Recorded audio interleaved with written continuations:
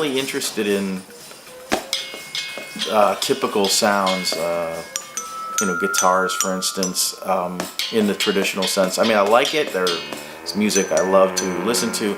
But for me personally, I've always been interested in things that I have not heard before, which is more attractive, pleasing for me than even if it's good. I'd rather hear something new than something that's good that I've heard before. I would say they come from a sculptural place, and then they evolve into what they are.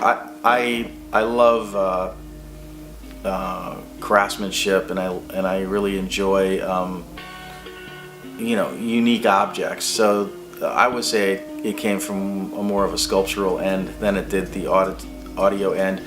In the end, you can say one affects the other. I'm not really sure how much that actually is true, but there is a form follows function, in a lot of the stuff that I do. So maybe, I don't really design things. I kind of let them unfold. I have an idea, and I let it go where it needs to go versus really spelling it out. I mean, sometimes you don't have that luxury. You have to actually know what you want to do, but a lot of times I try to just see where it takes me. These are the extracted synths. This was the original piece of wood, this one here on the top, the big one, and I cut this instrument out of the center of this one, and I cut this instrument out of the center of this one. So they all came from the same piece of wood. I wanted to find the instrument in the wood instead of making an instrument out of material that you find. What is this? Resin. I wanted it to look like a lake or wax,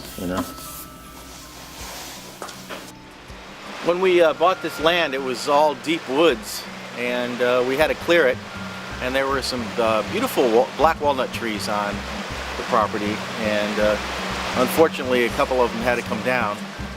We slabbed up the wood, and it's air dried, and it's been sitting for a while, and you pick it up and you make something out of it, and it's amazingly satisfying on a whole nother level. Yeah, I start with drawings, and then just work it out. I mean, some things are closer than others, but almost nothing comes out exactly like the way you start. It just doesn't. So I've kind of given up on that aspect and just go with it.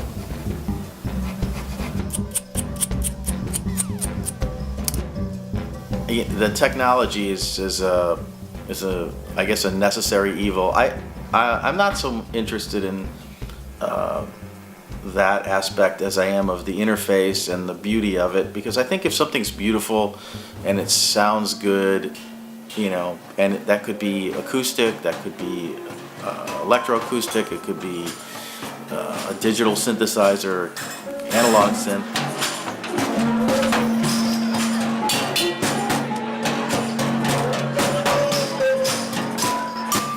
When you give someone a new instrument and they don't know how to play it, how they interpret, I have an idea, but it's always completely different than what they do. So it's astounding. So I guess the ideal situation would be a live performance, a live situation with some really good musicians who don't know the instruments too well, but they're slightly familiar with it. That would be the best.